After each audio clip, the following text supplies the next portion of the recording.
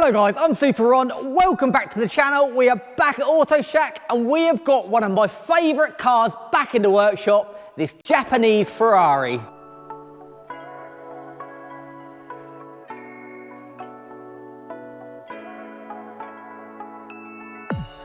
So this is in fact a 1993 Nissan 300ZX twin turbo. It's featured on the channel before because although this is a factory twin turbo, it came with an automatic gearbox. And the last time ever, putting it in park. So we did a full manual conversion on this using all genuine Nissan parts from Z1 Motorsport. That was a couple of years ago now, and since then the owner has added a few more mods to make this the coolest 300ZX I've ever seen. And what makes this even cooler is only done 23,000 miles from new. The owner's had it about 6 years now, and when it first came to us it only had about 19,000 miles on it, so that is pretty incredible. I did mention in the gearbox video the reason I have such a soft spot for these goes right back to my school days. I actually made a paper mache 300ZX engine for my art GCSE project. I had the twin plenums, the twin intercoolers, everything was made out of paper mache, and that was my highest grade. These are a proper full engine bay, and I love how symmetrical they are. I love the plenums on the top. These are a real good looking car inside and out. But today we've got a lot more mods to do. We're gonna go really deep into the engine bay, underneath on the suspension work, and do a lot of upgrades as we do. So these twin turbo cars actually have 4-wheel steering. The rear wheels do steer. As you go into the corner, the rears will follow. This is hydraulically controlled and called Nissan Hicas, but over the years it does get a little bit troublesome. So we've got a full Hicas delete kit for this. Because it's all hydraulically operated off the power steering system, we've got a new power steering pump, we've got to delete all the lines and lock the rear hubs. In the front, we're doing a few more Japanese emissions delete things. We've got the evap delete, we've got the carbon canister delete, we've got the cat delete, we've got the throttle body coolant lines delete, all the little bits, because in the engine bay it is just a spaghetti of everything. We've got so many emission controlled vacuums and solenoids. We've got all the Hicas solenoids over there and all the accumulators and the fluid pots. Most of this can go, because the less you have, the less it can go wrong. And another problem we've got to sort is something that's plagued us since he first bought the car, and that is squeaky belts. We have tried everything to get rid of this squeak. Once the fan kicks in, it's okay, but every time you start up, when it's cold, it squeaks. So we have got a full set of underdrive pulleys as well. So I think it's time to unbox and have a look at everything that we've got. And here are all our new bits. As you can see, we've got a nice selection. Most of it is from Z1 Motorsport again, just like the gearbox conversion. So we've got these new downpipes to go on. It has got a full catback exhaust system, so this will take it all the way to the turbos. We've got this new huge coil rad to go in, a big aluminium replacement, and that's got the brackets. Here are all our pulleys to fix the pulley squeak, so that should do us nicely. We've got a fully refurbished aircon compressor because that wasn't working. Got a selection of belts. We have got a new cam belt. This is the Hicas conversion, so I guess that goes where the rack is. Then you just screw your track rod ends in each side, and that locks that forward. Also got the normally aspirated, non-Hicas power steering pump and bracket to go on. We have got a new horn because the Japanese horns are always a little bit squeaky, so we've got a big beefy horn. I think this is all for the evap delete, EGR, everything else. Got a selection of gaskets to get the inlet off and for the exhaust as well. We've got, this is pretty cool, it's a HKS boost controller, so we'll be plumbing that in. And then we've got a Z1 Motorsport chip DCU. So those two combined with the decats should bring us a nice bit of power. We've got a nice period correct boost gauge to go in there as well. So these are all the bits that were going on. So let's have a shuffle around, get this on the ramp, which is definitely not going to be fun. And the good thing is he's combined these all at once, so we need to go all the way in to get to the pulley. So we've got to take the front end off, we've got to take the radiators out, we've got to take the aircon out. That'll then give us all the access we need to the engine, and then putting all the bits back on, we've got all our new radiators, all our new pulleys, so it'll be upgrading as we reassemble all. So he's kind of built up all these parts in a sequence, and now we can hit it all at once. And the other mod on the back that you might notice, it's all been converted to LED, and they're smart LED, so they actually do little patterns and you can program them to do whatever you want. So you've got the side lights that come on as red, and you've got the indicators as the little strobes. And hazards, you've got a big wave. but there's an app you can connect to, and all these will display like little Pac-Man and little Mexican waves and all sorts of different colours that you can have flying across there. So that's something very unique, hadn't seen before, because these came all the way from Australia. I do love everything about these, even the Targa doors, everything is just super cool. The interiors are so 90s Japanese as well. Everything big, clumpy, functional, but super cool. Feels like you're sitting in a cockpit here. Everything is wraparound, even all the air vents in the door cards. They've got the vents that go through to them. Super cool 90s stuff. So we've got our manual gearbox. Back we go.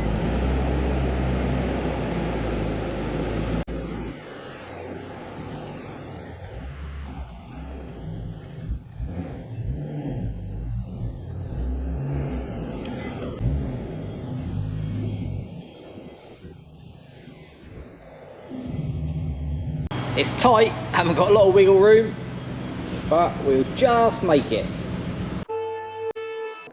And we're up. What an absolute nightmare that was. We've got bits of wood, we had jacks each side, we have little platforms on the front, but we are up in the air. This is now the oldest ramp in the workshop. Everyone else has got nice shiny new ones, but this one is in fact as old as me, 1985, 40 years old. And it's not meant for modern cars, let alone lowered cars. But now we're up, we can have a look underneath. So we've got a nice shiny exhaust. We've got our original Nissan front pipes. These are what we're going to be replacing. They bolt onto the turbos each side and run back. So they're our new pipes that are going on. Here's the manual gearbox that I fitted, all from Z1 Motorsport, all the kit, all the brackets, every nut and bolt we needed for that was included. And the prop runs through. It's got a prop spacer and an adapter and bits on the back still. On the back here, this is our four-wheel steering. So it's got a little steering rack in the middle. This is where our billet bit is going to go. And then it'll just join the track rods there, track rod there, and they link onto the wheels. So instead of making it steer, that'll just hold it firm in the middle. And it's got hydraulic lines that run all the way back, which are these, I think. So we'll get rid of all these, take them off because they won't be needed. And we need to replace the power steering system under there. So let's start investigating, get these under trays off and get these super beautiful wheels off. And the super-on treatment.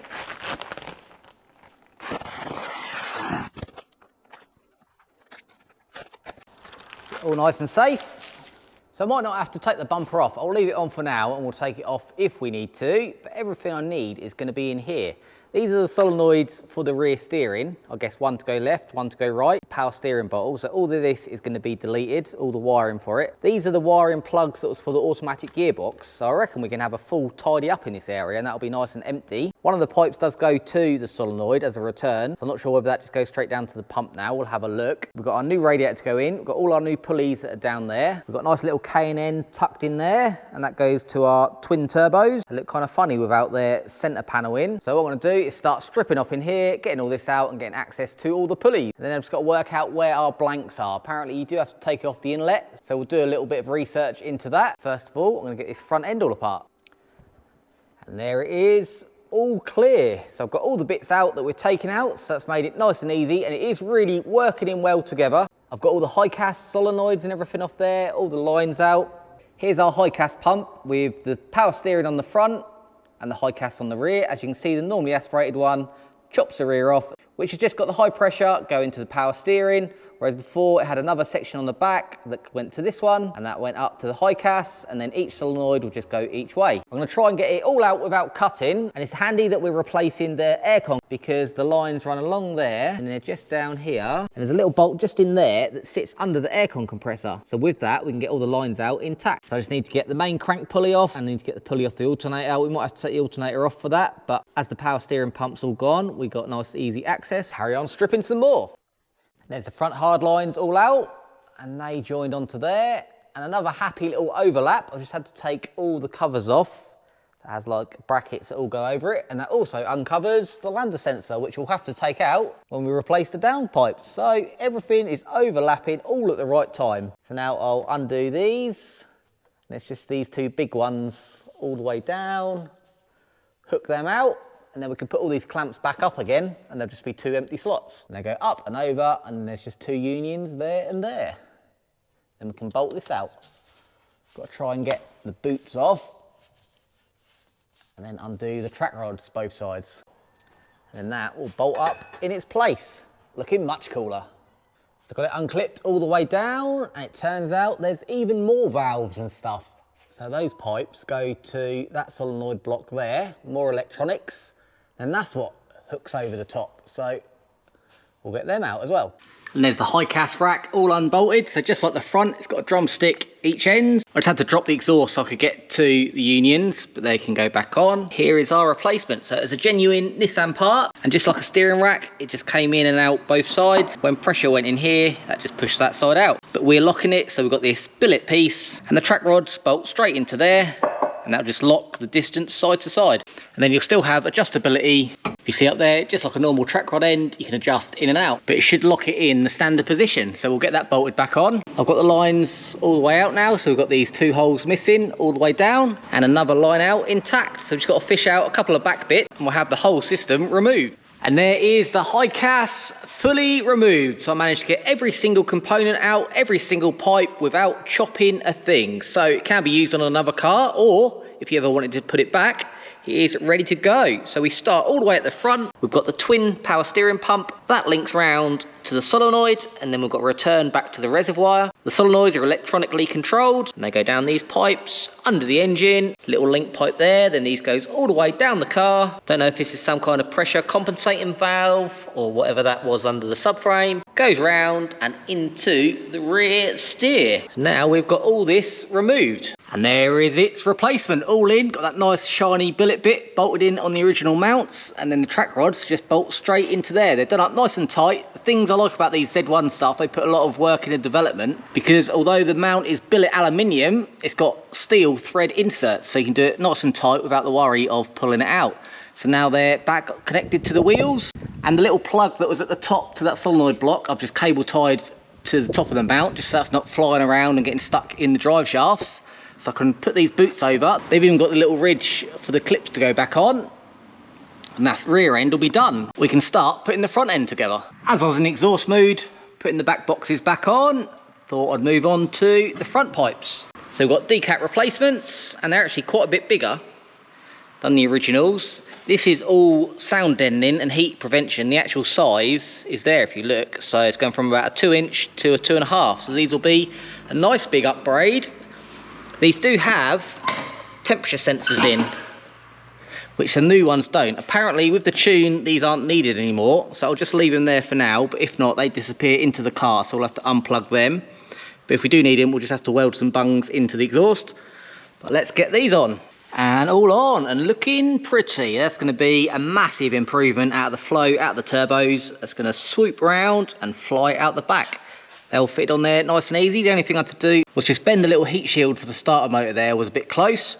Apart from that, direct fit. So now let's get it down on the floor, finish off inside.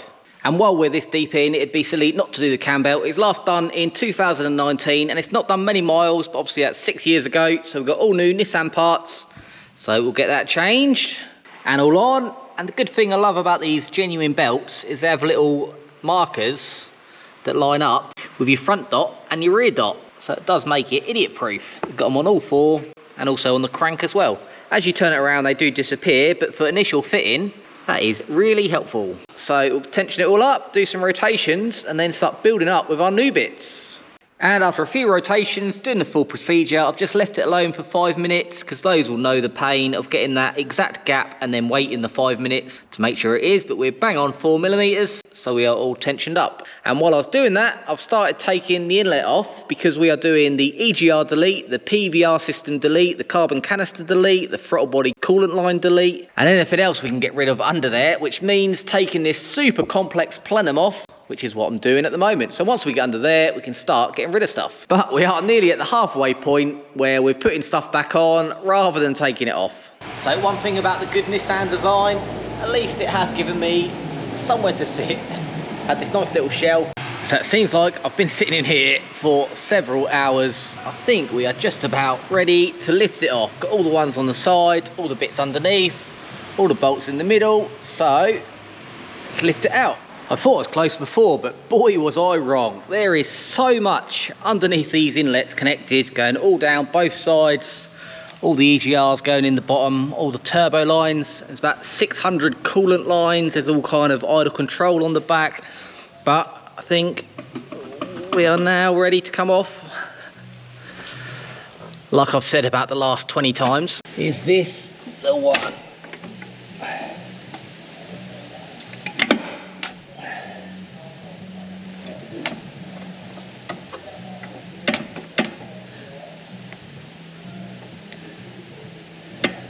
Not quite. Right, now we're ready. Oh, something else. Closest so far.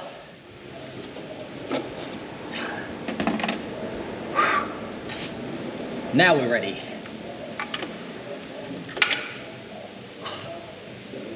Oh, finally.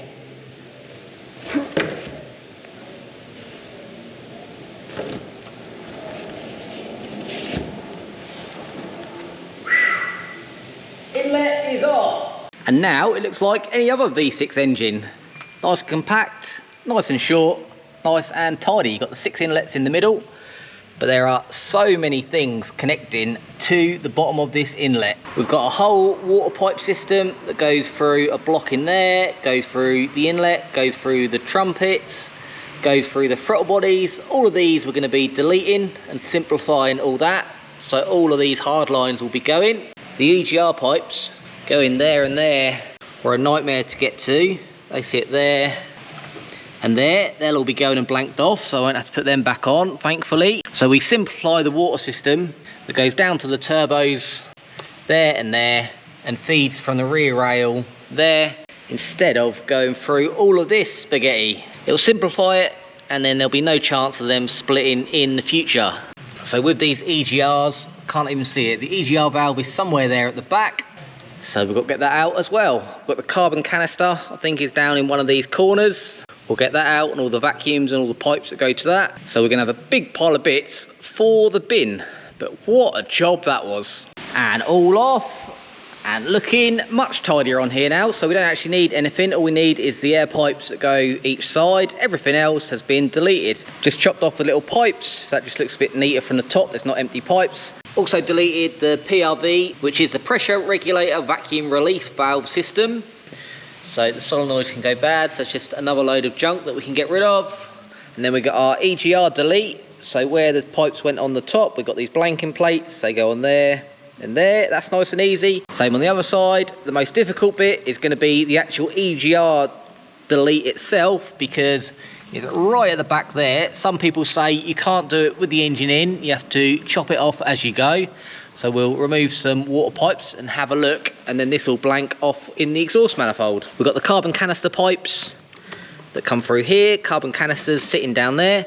So with all the vacuums and everything deleted, it's going to be very tidy under there, and it's going to be a lot easier to get the inlet off in the future. So now I'll get in my little seat and dive into the rear. And now we fast forward many hours later. I thought getting the inlet manifold off was a massive task, but that has since been trumped by getting the EGR valve off. When you do a bit of research and you look on the forum, some people say it is an engine out only job, you can't get it done in the car. Other people say if you persist with a few specialist tools, a little bit of chopping, it can be done.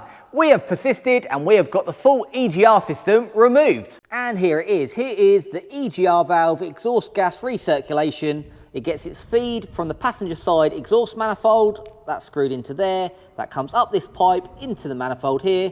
When the ECU sees fit, it tells the solenoid to pull the plunger, and that recirculates the exhaust gas back into the inlet manifold. Comes along these pipes, and then they poke up into the bottom of the inlet and spray out there. The trouble is, like I said, this is right at the back of the engine. It bolts on to the block just above the bell housing there. And the trouble is, because this is so thick, it bolts to the back. Once you take the bolts out, they hit the bulkhead, so you can't get it out. So what you have to do is take them out a bit and then chop the bolts to get that out. That gets the bracket off. And then you can't fish it out. So I chopped this pipe to be able to fish it out. I had to chop this one because we couldn't get any spanners on here. So I chopped the end off, and then we could get a socket on the end and unscrew that out. But that is the EGR delete complete. We've got our blanks in place, so you can see just there, that's where the EGR valve used to screw in. We've got a blank on there. And the blanks we saw earlier are now bolted to the bottom of our inlet manifold, there and there. The car doesn't seem to worry that it is removed. The other thing we've removed is all the carbon canister, all the purge valves, all the brackets and everything else from underneath. That's just because that's another load of vacuums that can crack over time and cause all sorts of problems with boost leaks, vacuum leaks, that kind of thing. So all of this is just to simplify it all out. So I was up on my perch for many, many hours, getting right down the back, right down there. You can't even see where it used to bolt in, but that is no longer a worry. So with that off, we can start building up the front. So we're now at the point where all of our deletes are complete. We can finally start fitting all our new shiny bits. And that's all the covers back on, cam belt covers on, lower cover on, thermostat housing and water pipes all back on, looms on the front and ready. So now we can start looking at getting our pulleys on. So we've got our new Z1 Motorsport lightweight alloy pulleys. I've matched up what we've got. So we've got the alternator there, we've got the water pump. That's definitely an undersized one for the water pump. We've got two power steering ones, two different styles. This one's the same as what we've got. Not sure whether we'll need that one for the new pump. We'll have a look. And then we've got the crank pulley. This one weighs an absolute ton. Whereas this one, nice and light. So this should make it rev up a lot cleaner. But most importantly, the reason for changing all these is to get rid of that squeak. And what I noticed previously, when we were trying to fix this issue, there was lots of bits of rubber and stuff stuck in the pulley from old belts and stuff. And these are actually V-belts, so you can see they're pointy, but they had multi-groove belts on it. And when we ordered new belts for it, they were multi-groove ones. So as you can see, they haven't got a point. So it's only the very peak of the pulley that's actually touching it. The bit that sits in the valley isn't the right shape. So I always thought that this was the issue, why we couldn't get enough tension on the belts. I did read somewhere that Jap imports have one style of belts, UK ones have other styles and all sorts of things. But on all these pulleys, as you can see, they are a full V pulley. They've got a point and a trough, so you'd have the same belt to fit in there perfectly to gain maximum traction. So the new ones have all come and turned up as the kit from Z1, and they are exactly the same. They're V belts, but they've all come with micro V, exactly the same flat belts. We've got a V belt from Nissan, and again, these are flat. They haven't got a full V belt, so not really sure what the situation is there. Apparently with the underdrive pulleys, they weren't sure which combination of belts you need, so they sent us all of them. So hopefully in all this pile, we should have a combo to make this work. So I'll get the crank pulley on, I can get the alternator on, I can get the water pump on. We'll mount our new power steering pump. We've got all the brackets. We have got all new brackets for there, all new brackets for there. I think they are the same as standard, but as we've got the new ones, we'll be fitting them. We've got our new fitting and pipe to go on there. That goes up to the reservoir. So we should have everything we need. We've got all the new nuts and bolts for this as well. So let's try and get this on the car. And that's the pulleys all in. They all went up nicely. Got the new power steering pump in with all the new brackets. And then there's a new return pipe there to the reservoir. There's also a blank to the reservoir where the Hicas used to return. So that all came with the kit. So we've got everything we need. So now we've got our reconditioned air conditioning pump I can put in there, and then I'll try and work out these belts. There's a bit of a confusion with undersized pulleys, oversized pulleys, alternators, power steering, where everything run. But we've got them all on, everything's torqued up now, and we've even given it the standard, the super on. So now we can get our radiator in there and finish off this underside. Got the HKS boost controller sitting in the corner there, remove the standard boost valves. And there's a bit of a weird setup because this goes to the actuator. That's your boost source, but this one went to the intercooler pipe, so I'm not quite sure, some weird Japanese operation, but we've got rid of all of that, linked the two pipes together, the T-piece, both go to there, and up into the middle. We've got our actuator going up to there, both sides, teeing together, going to the solenoid, and also we've got our boost reference going from each side, like it asks, teeing together, and then going to the solenoid. So that'll just allow us to run a little bit more boost. And there is the radiator all installed. Fits in the factory location, but is easily twice as thick. Fits with the factory surround, got the fan and everything all back in.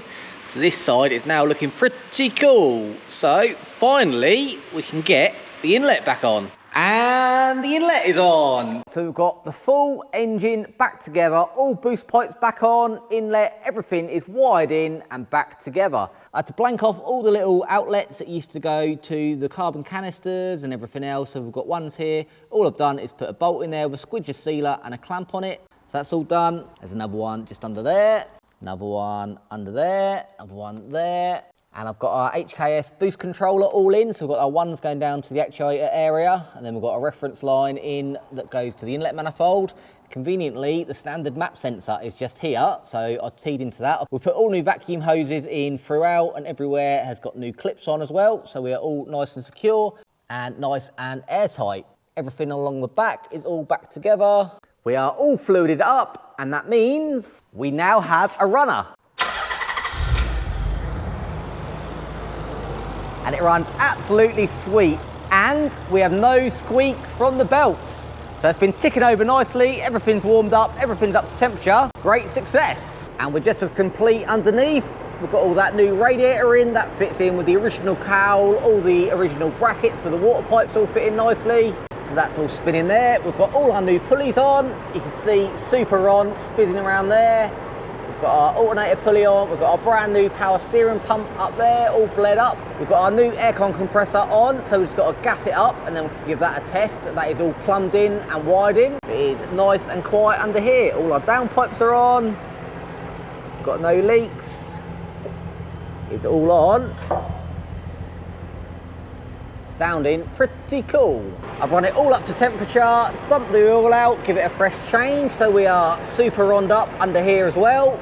So I'm just going to let it build right back up to pressure, check everything is okay, and then we can start putting all these under trays on. We can put the splash guards back in, wheels on, and get it on the ground. One more thing we've got to do under here is we've got new horns to go on, because the impact of these do not resemble the size of the car. We've got this Super Horn 5000 to go on, so we'll get that connected up. So let's just drop it down, give it a little test beep, and then give it an after beep. So here is our Citroen C1 beep. Handy enough, direct replacement. Let's test this one. And now with the mini train horn. That's more like it. And in here, when we start, we've got no warning lights. Everything is happy. All we've got down there is the Hicas light in orange, so we'll just take the bulb out of that. But engine-wise, it's not worried about any of those deletes at all. Happy days. And here we are, all back together. I can't remember where I left the last clip, but if we look at the car now, we are a little bit dusty because I got it all finished. We went to vacuum the aircon system and we found a leak. Looking at our test equipment, the condenser had a little hole in. Unfortunately, nothing available in this country, nothing available as overnight parts from Japan, so we had to go to the USA. So I've been waiting for that condenser to turn up, but I've just got it in. We've just charged up the aircon and it is running ice cold. So that new compressor has all worked perfectly and we've now got fully working aircon. So from the USA, you can't even hardly see the hole, just there. So that is the original Nissan Rad. Now we've got a nice new one, you can just see it black in there. So with the engine bay all finished, we can get it down on the floor. I've got my bits of wood under here again, so we're gonna have to drop it, jack it up, get the ramp off, get the wood out, and then get it back on the floor. So let's do that. And many bits of wood, trolley jacks, everything else, and we are back on the floor. So now let's get it off the ramp so I can open the doors and make a start inside.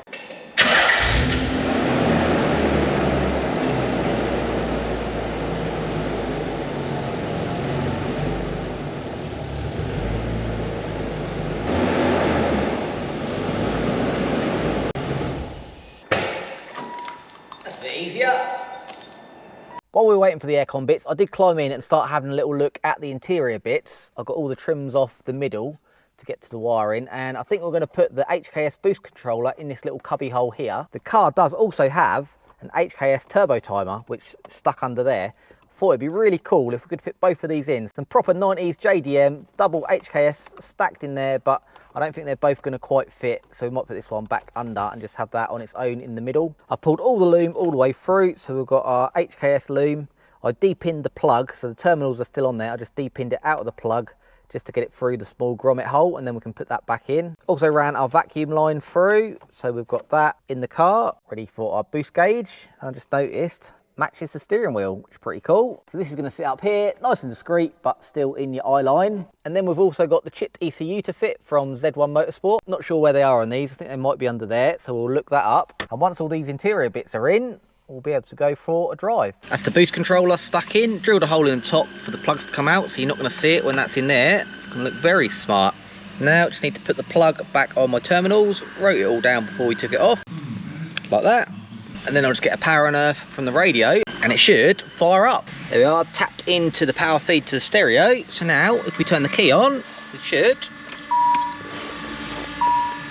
have some life. That's the boost controller in, looking absolutely awesome. Happy with that. So now the ECU, apparently there's a little floorboard that comes up under here. So we'll get that out, revealing all the ECUs.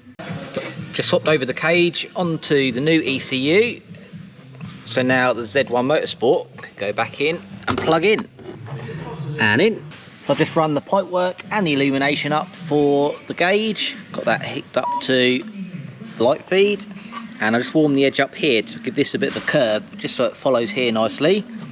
So that's ready. We'll get that popped on. Lovely. And we are all up and running. Just doing our last few checks. See our fog light there beaming away in the fog of the new exhaust. The exhaust tone has definitely changed with these decats. That does sound a lot deeper now. Overall, we are all up, running and looking good. It even looks good, still wrapped up. What a Christmas present that would be. So I think we're at the point where we can unwrap it, put the number plates on, and take it for a little test drive. So let's go for the satisfying reveal.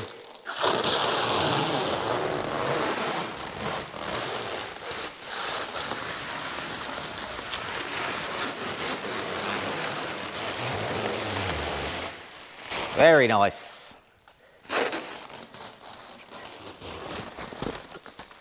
Back to black. And in the doors as well. This is how we keep this immaculate paintwork immaculate. Done. So we've run into a little bit of a problem with the ECU. We had it all up and running, fitted the new ECU, tried to start it, would not start, just kept cranking over and over and over. Put the old ECU back in, fired straight up. Put the new one in, would not fire, just turns over and over. Doesn't sound like the fuel pump's priming. Put the new one back in, fuel pump primes, fires straight up. So we had a little chat with the customer. He done his little part number research, and it turns out this new one is for a 90 to 92, whereas our ECU is for a 93. And even though the plugs are the same and they look the same, there's something inside that is not compatible. So we've had to put the old ECU back in for now. He's going to have a look back at Z1 Motorsport for the proper ECU, and then we can swap it around. But for now, I think what we're going to do, we're going to set the boost controller to standard boost, and then the engine should be nice and happy where it is. So that is the only thing we didn't get ticked off. So that wraps up this episode. It actually turned into a lot more work than I thought it was going to be with all those deletes, especially the EGR delete that was near impossible to do.